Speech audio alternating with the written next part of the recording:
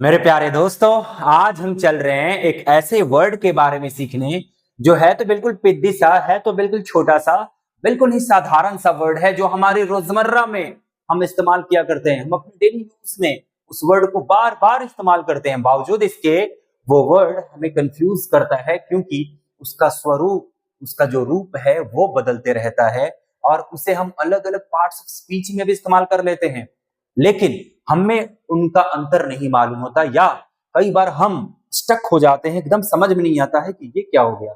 ऐसा तो रूप हमने देखा ही नहीं कभी। तो आइए आज उसी कंफ्यूजन को खत्म करते हैं और आज की क्लास डेडिकेट करते हैं हम उस वर्ड को जो आज का मेहमान है, और वो है वर्ड अपना, देखें जरा, पढ़ो, गुड। जी हाँ, वो वर्ड है गुड। बताओ, इतना छोटा सा, अगर आप इसे मापो तो पिद्दी सा ये वर्ड है गुड, लेकिन इसका इस्तेमाल अलग सेंस में अलग जगह पर किया जाता है। कभी हम इसे नाउन की तरह भी इस्तेमाल कर लेते हैं, तो कभी हम इसे एडजेक्टिव की तरह भी इस्तेमाल कर लेते हैं। अब आपका सवाल यही होगा कि भैया ये नाउन और एडजेक्टिव बात समझ में नहीं आ रही, आप जरा सा आसान करके बताएं। हमने नाउन या एडजेक्टिव ये सब कुछ नहीं समझा है, हमने समझा गुड मतलब गुड। तो भाई साहब देखो, चलो आज आपको वहीं से उठा कर ले चलता हूं जहां से आप जानते हो गुड के बारे में। आप जानते हो कि इसे हम पढ़ते हैं गुड, है ना? नहीं, बिल्कुल नहीं।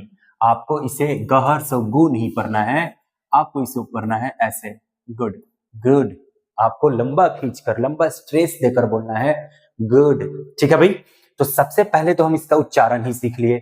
हम इसे गुड नहीं पढ़ेंगे, गुड नहीं पढ़ेंगे, बल्कि हम इसे पढ़ेंगे गुड गुड। ओके? तो पहली बात कि आप जानते हो ये जो गुड है इसका मतलब होता है अच्छा। हाँ जी, गुड का मतलब होता है अच्छा। और इसका इस्तेमाल आप किसके साथ करते हो? तो जब भी किसी व्यक्ति के स्वभाव के बारे में चर्चा करनी हो कि कोई व्यक्ति, कोई इंसान अच्छा है मतलब किस सेंस में? स्वभाव से, नेचर से वो अच्छा है, तो वहां आप कहते हो कि ही इज गुड, वह अच्छा है। तो दरअसल किसी व्यक्ति के स्वभाव की बात करनी हो तो भी आप गुड का इस्तेमाल करते हो, या किसी वस्तु के नेचर के बारे में भी बात करना हो तो भी आप इस्तेमाल करते हो। तो सीधी सी बात कह लें कि जो अपना वस्तु है या व्यक्ति है, उसके नेचर को बताना हो, उसके स्वभाव को बताना हो, उसकी क्वालिटी को बताना हो, तो हम साधारणतः गुड का इस्तेमाल कर लिया करते हैं। गुड का इस्तेमाल क्वालिटी बताने के लिए करते हैं, नेचर बताने के लिए करते हैं। हाँ जी ना? हाँ ना? तो गुड का इस्तेमाल हम क्वालिटी या नेचर बताने के लिए करते हैं। तो जब आप गुड का इस्तेमाल क्वालिटी या नेचर बताने के लिए करते हो दोस्त, तब वहां गुड हो जाता है एडजेक्टिव। समझे आप? तो ये कंफ्यूजन वाली बात है ही नहीं। हम ज्यादातर ज्यादातर हम गुड को एडजेक्टिव के स्वरूप में ही इस्तेमाल करते हैं, और बचपन से हम यही सीखते आए हैं कि जो गुड है अपना, वो एडजेक्टिव की तरह काम कर रहा है। ठीक है जी? हम इसको ऐसे एग्जाम्पल अगर देखिए, हम इसको इस्तेमाल करते हैं, he is good, यानी वह अच्छा है। अच्छा है मतलब उसका नेचर, आप उसको क्वालिफाई कर रहे हो, आप बता रहे हो इस ही के बारे में। ही कोई एक व्यक्ति है जिसको आप क्वालिफाई करते हुए बता रहे हो कि उसका जो नेचर है वो बहुत अच्छा है। या अगर आपने किसी वस्तु के बारे में भी बता दिया तो आप कह रहे हो, जैसे मान लो मैं कुर्सी के बारे में बता रहा हूँ, कुर्सी बहुत अच्छा है, तो मतलब कुर्सी अच्छी है, मजबूत है, सुंदर दिख रही है, तो हाँ आप कह लोगे इट इज गुड। तो यहाँ जो गुड है ये दरअसल क्या बताया जा रहा है? नेचर को, कि जो कुर्सी का नेचर है, जो कुर्सी कुर्सी का फीचर है वो अच्छा है, तो इट इज गुड, ऐसा आपने इस्तेमाल किया। गुड एडजेक्टिव की तरह इस्तेमाल होता है, तो ये बताता है किसी भी व्यक्ति या वस्तु की क्वालिटी को, ये क्वालिफाई करता है। समझ गए? कोई दिक्कत है? यहाँ तक डाउट है? यहाँ तक नहीं होनी चाहिए। अब देखो, गुड को जब हम नाउन की तरह इस्तेमाल करते हैं, जी हाँ आप सही सुन रहे हो, गुड को हम नाउन की तरह भी इस्तेमाल कर सकते हैं। तो जब हम गुड को नाउन की तरह इस्तेमाल करते हैं तो ये हमेशा प्लूरल में यूज किया जाता है, प्लूरल फॉर्म में। यानी गुड के साथ आपको लगा देना होगा एस। जब गुड के साथ आप एस लगा देते हो तो ये हो जाता है गुड्स। अब यहाँ गुड्स का मतलब हुआ, यहाँ गुड्स का मतलब हुआ अच्छे नहीं, यहाँ गुड्स का मतलब अच्छे नहीं हुआ।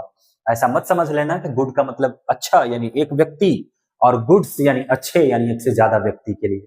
जैसे आप कहते हो बॉय यानी लड़का, एक लड़का, और बॉयज यानी लड़के, एक से अधिक लड़के। ऐसा नहीं सोचना है, गलत हो जाएगा। वो नाउन नहीं है, ये एडजेक्टिव है। तो गुड का मतलब हुआ अच्छा, और गुड्स जब ऐसे ही आपने एस लगा दिया इसे प्लूरल के रूप में, इसकी मीनिंग ही बदल गई। अब यहाँ गुड्स का मतलब हुआ वस्तु, वस्तु या माल, ठीक है जी। या आप कह सकते हो सामान, बहुत ज्यादा जो सामान होता है उसे आप कह सकते हो। तो यहाँ पर गुड्स का मतलब हुआ वस्तु, माल या सामान। बात समझ में आ रही है? जैसे आप ट्रक पे देखते हो, ध्यान से देखना, ट्रक पे माल ढोया जाता है तो उस पर लिखा होता है गुड्स कैरियर, यानी माल को ढोने वाला, वस्तु को ढोने वाला, सामान। समझे? तो वहां पर आप गुड्स का इस्तेमाल करना, जैसे कि आप कह सकते हो कि goods are carried away from the godown, away from the godown, यानी आप सामने वाले को फोन करके कहोगे कि भैया माल तो निकल चुका है गोडाउन से, माल गोडाउन से निकल चुका है। तो जब आपको ऐसा कहना हो कि माल गोडाउन से निकल गया है, सामान गोडाउन से निकल गया है, तो वहां पर आप इस्तेमाल करोगे गुड्स का। तो यहाँ गुड दरअसल आप यूज कर रहे हो एक वस्तु को दिखाने के लिए या किसी सामान को दिखाने के लिए, लगेज को दिखाने के लिए, सीधा सा मतलब समझ लें, यहाँ लगेज को दिखाने। अब ये वो लगेज नहीं है जो आप कैरी करते हो, ये वो है जिसे ढोया जाता है। इसको मूवेबल आइटम्स कह सकते हो कि ये मूवेबल आइटम्स होते हैं जिन्हें एक स्थान से दूसरे स्थान तक ढोया जाता है। समझ गया? समझे? ये देखो भाई, गुड एडजेक्टिव की तरह इस्तेमाल कर रहे हो तो किसी का गुण बता रहा है, स्वभाव बता रहा है, नेचर बता रहा है। और इसे आप नाउन की तरह इस्तेमाल कर रहे हो तो एस लेने के बाद ये, इसका अर्थ ही बदल गया। एस लेने के बाद ये इस्तेमाल किया जाने लग गया सामान की तरह, वस्तु की तरह, है ना? अच्छा, गुड का एक और सेंस देखिए आप यहाँ पर एक और देख लो गुड का सेंस। जैसे ये अपना गुड हमने लिखा था, तो पहले तो इस गुड को हम एडजेक्टिव की तरह इस्तेमाल कर रहे हैं, जहां पर ये अच्छा बता रहा है, मतलब किसी चीज का वो अच्छा बता रहा है, किसी चीज का स्वभाव बता रहा है, नेचर बता रहा है। लेकिन दूसरा, जैसे ही हमने गुड में एस लगा दिया, गुड्स, तो ये बन गया नाउन और ये बात करने लग गया किसी वस्तु, किसी सामान। ठीक है भाई? अब देख लो तीसरा एक और हो सकता है सेंस गुड का, और वो हमने लिया ये गुड और साथ में जोड़ दिया एल वाई। अब जैसे ही साथ में हमने इसके एल वाई जोड़ा, ये बन गया गुडली, गुडली। अब यहाँ गुडली का मतलब आप, और ये मत समझना अच्छी तरह या अच्छी पूर्वक या अच्छा पूर्वक, ऐसा नहीं है, ये कोई एडवर्ब नहीं है। यहाँ गुडली भी एक एडजेक्टिव की तरह कार्य करेगा और जिसका अर्थ होगा व्यापक रूप से, व्यापक रूप से या व्यापक संख्या में। जब आपको संख्या या मात्रा बतानी हो, जब आपको बड़ी संख्या या मात्रा बतानी हो, तो आप गुडली का इस्तेमाल कर सकते हो। जैसे मेले में बहुत ज्यादा लोग होते हैं, बहुत ज्यादा संख्या में भीड़ होती है लोगों की, तो वहां पर आप इस्तेमाल कर लेना गुडली का और कह सकते हो there are goodly number of people, या there are goodly people in the fair, कि भैया मेला में बहुत सारे लोग हैं, मेले में बहुत सारे लोग हैं। तो यहाँ पर आपने इस्तेमाल कर लिया गुडली। ये गुडली यहाँ बता रहा है संख्या को कि बहुत ही ज्यादा संख्या में भीड़ है, व्यापकता को दिखा रहा है। समझे? तो यहाँ पर गुड जो है, यहाँ पर जो गुड है एल आई लगने के साथ ये एडजेक्टिव की तरह कार्य करने लग गया और ये संख्या को बताने लग गया। समझ गए? बहुत अच्छा। अब देखिए, एक और गुड को एक और सेंस में कंफ्यूज किया जाता है, गुड को एक और सेंस में कंफ्यूज किया जाता है। जो लोग हैं ना भाई, गुड को लेकर एक और सेंस में कंफ्यूज हो जाते हैं, और वो क्या? तो गुड को इस्तेमाल करने लग जाते हैं हाल चाल बताने के लिए, हाल चाल बताने के लिए, अपनी तबीयत के बारे में बताने के लिए लोग गुड का इस्तेमाल करने लग जाते हैं। यहाँ पर गलत हो जाता है। जैसे मैंने पूछा कि हाउ आर यू डूइंग, कैसे कर रहे हो आप, कैसा चल रहा है आपका, तो लोग कहते हैं I am doing good, I am doing good, कि मैं अच्छा कर रहा हूँ। भैया आई एम डूइंग गुड आपने लगाया, जरा ध्यान दे दो इधर, ये डूइंग आपका वर्ब है, और वर्ब के बाद आप एडजेक्टिव कैसे लगाओगे? ये एडजेक्टिव हो गया। वर्ब के बाद आपको यहाँ एडवर्ब लगाना होगा ना, ऐसा वर्ड ले आना होगा जो वर्ब को जस्टिफाई करे, वर्ब को एक्सप्रेस करे। तो आपको आई एम डूइंग गुड नहीं बोलना होगा, आपको बोलना होगा आई एम डूइंग वेल। जी हाँ, आपको इस्तेमाल करना होगा आई एम डूइंग वेल। यहाँ जो वेल है ये आकर एक एडवर्ब की तरह काम करेगा जो इस डूइंग को एक्सप्रेस करेगा और इसका सेंस यहाँ अच्छा हो जाएगा। समझ गए? तो गुड का मतलब भी, ध्यान दीजिए इधर, गुड का मतलब भी अच्छा और वेल का मतलब भी अच्छा, लेकिन गुड अच्छा किस सेंस में है? ये क्वालिटी बता रहा है, ये क्वालिटी बता रहा है। और वेल जो है अच्छा बता रहा है, तो ये क्वालिटी नहीं बता रहा, बल्कि ये वर्ब को एक्सप्रेस कर रहा है कि जो काम हो रहा है वो अच्छी तरह से हो रहा है। समझे? क्लियर हुआ? समझे ये? ठीक है, एक बार फिर से आते हैं पीछे से और देखते हैं अब तक हमने क्या पढ़ा। अब तक हमने पढ़ा दोस्त कि ये जो गुड है ये एडजेक्टिव की तरह इस्तेमाल करते हैं हम लोग आमतौर पर, जिसका सेंस होता है अच्छा। ठीक है, अब ये अच्छा जो हो रहा है ये गुण बता रहा है। अच्छा, अच्छा जो हो रहा है वो गुण बता रहा है। किस चीज का गुण बता रहा है? चाहे वो व्यक्ति हो चाहे वो वस्तु, उसका गुण बता रहा है। लेकिन इस गुड को हम नाउन की तरह भी इस्तेमाल करते हैं। यदि हमने उसमें एस लगा दिया तो यह हमेशा प्लूरल की तरह इस्तेमाल होगा, नाउन की तरह इस्तेमाल होगा, जिसका अर्थ होने लग जाएगा वस्तु या माल या सामान। समझ गए? फिर आगे बताया कि देखो इस गुड में यदि आपने एल वाई लगा दिया तो फिर इसका अर्थ बदल जाएगा। इसका अर्थ हो जाएगा व्यापक, बहुत बड़ी संख्या में, भारी संख्या। तो यहाँ गुडली से अर्थ चेंज हो गया। फिर हमने कहा कि देखो लोग कंफ्यूज करते हैं हमेशा गुड और वेल में। उनका मानना है कि गुड का मतलब भी अच्छा ही होता है और वेल का मतलब अच्छा ही होता है, तो दोनों को हम इस्तेमाल कर सकते हैं इंटरचेंजेबली। लेकिन ऐसा नहीं है। गुड को आप इस्तेमाल करना जब आपको क्वालिटी बताना हो, नेचर बताना हो, फीचर बताना हो। लेकिन वेल का इस्तेमाल आप तब करना जब किसी भी वर्ब के बारे में आपको बताना हो। समझ गए? हाँ या ना? समझे? ठीक है, तो चले आगे। आगे चूंकि ये हमारा टॉपिक गुड चल रहा है तो हम कुछ ऐसे फ्रेजेस को भी उठा लेते हैं जो गुड से जुड़े हुए होते हैं, जिनको गुड के द्वारा ही बनाया जाता है। मतलब हर फ्रेज में आपको गुड दिखाई पड़ेगा। तो वो फ्रेज है कुछ जिनमें गुड का इस्तेमाल होता है और उन्हें आप एक मुहावरे की तरह इस्तेमाल कर लेते हैं। जैसे देखिए पहला है फॉर गुड। फॉर गुड का मतलब होता है परमानेंटली।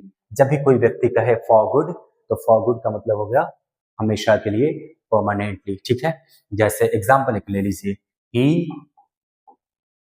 ही फाइनली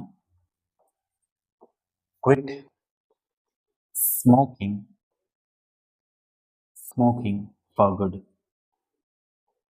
तो अंततः उसने हमेशा के लिए धूम्रपान छोड़ दिया। देख रहे हो आप?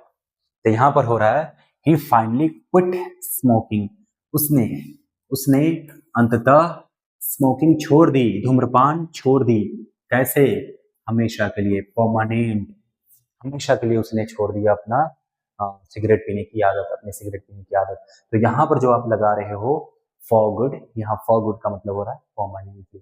ठीक है जी, जैसे मैं परमानेंटली यह काम करना छोड़ता हूं, तो वहां पर आपको बोलना होगा I quit working this for good, कि मैं हमेशा के लिए इस तरह का कार्य या यह कार्य करना छोड़ता हूं आज से, अभी से।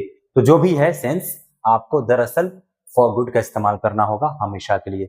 चलिए अब दूसरा देखें, यहां भी आपको गुड दिखाई दे रहा है, नो गुड। नो गुड का मतलब होता है वर्थलेस, बेकार, यूजलेस।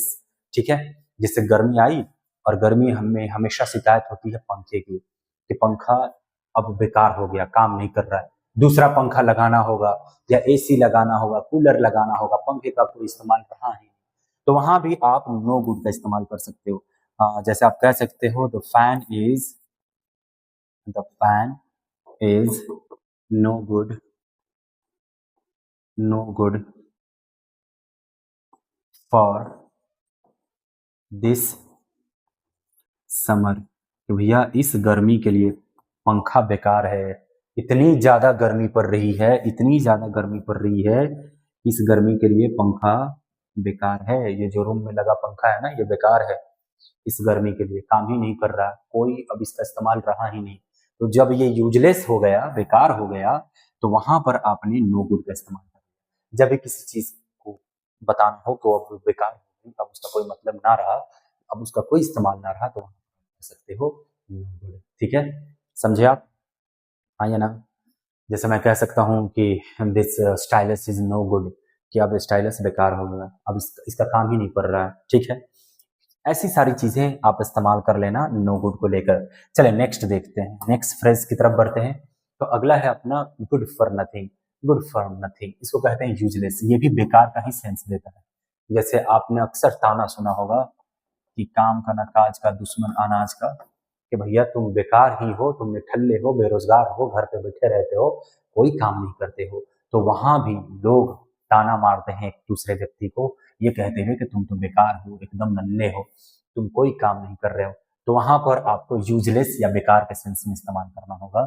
जैसे ये एक ताना ही है, he is good for nothing, he is good for nothing, क्या है वो किसी चीज के लिए या किसी चीज के लायक नहीं है, बेकार है वो, एकदम बेकार है, कोई काम उससे नहीं होता, जो दो वो कार्य वो खराब कर देता है। एक तो कोई काम नहीं करता पहली बात, और करता भी है तो खराब कर देता है, चौपट कर देता है। तो वहां पर गुड फॉर नथिंग का सेंस हुआ यूजलेस यानी बेकार। कह दिया अगर he is good for nothing, इसका सेंस हो गया तो वो यूजलेस है, वो बेकार है, वो कोई काम ही नहीं करता। समझ गए? चलें अगला देखते हैं। अगला है अपना no good crime over split milk. इसका मतलब ऐसे तो हम लिटरल मीनिंग निकाले तो इसका अर्थ होगा कि भाई अब जो दूध गिर गया उस पर रोने से क्या मतलब बनता है, जो दूध गिर गया उस पर चिल्लाने से क्या मतलब। तो ये तो इसका लिटरल मीनिंग हुआ, लेकिन इसका अर्थ ये हुआ कि जो भी घटना घट गई है, जो भी घटना घट गई है आपके भूतकाल में, उस पर निराश होने के क्या हो सकता है, वो तो बेकार है ना, वो तो घटना घट गई, खत्म हो गई। अब जैसे मान लो कोई चीज टूट ही गया, तो अब चिल्लाने से, रोने से, पछताने से क्या वो चीज वापस से जुड़ जाएगी? ऐसा नहीं है। तो जो घटना घट गई भूतकाल में, उस पर बैठकर छाती पीटने से कोई फायदा तो है नहीं। तो वहां पर आपको इस्तेमाल करना होता है there is no good crime over split milk. तो भाई कोई फायदा नहीं है, अब चलो अब काम खराब हो गया तो हो गया, अब कोई फायदा नहीं है कि भाई साहब अब बैठकर वो पछतावा करो पिछले जो भी घटना घट गई। तो यहाँ पर आप इस्तेमाल करना जब भी आपको किसी को कहना हो कि यार छोड़ो, जो हो गया सो हो गया, अब पछताने से क्या फायदा, तो वहां पर आपको कहना होगा there is no good over, there is no good crime over split milk. तो भैया अब जो बीत गया सो बीत गया, अब छोड़ो। ठीक है जी, क्लियर है? अब आगे देखिए, अगला है एज गुड एज गोल्ड। इसका मतलब होता है कि बिल्कुल सोने की तरह खरा, बिल्कुल सोने की तरह। ओबीडियंट एंड वेल बिहेव्ड, ऐसा व्यक्ति जो एकदम ही शालीन है, एकदम ही व्यवहारित है, सुसंस्कृत है, ऐसा व्यक्ति जो बहुत ही संस्कारों से परिपूर्ण है, बहुत ही अच्छा व्यवहार करता है। तो ऐसे लोगों की तारीफ करते हुए लोग कहते हैं ना कि अरे वो तो खरा सोना है, खरा सोना।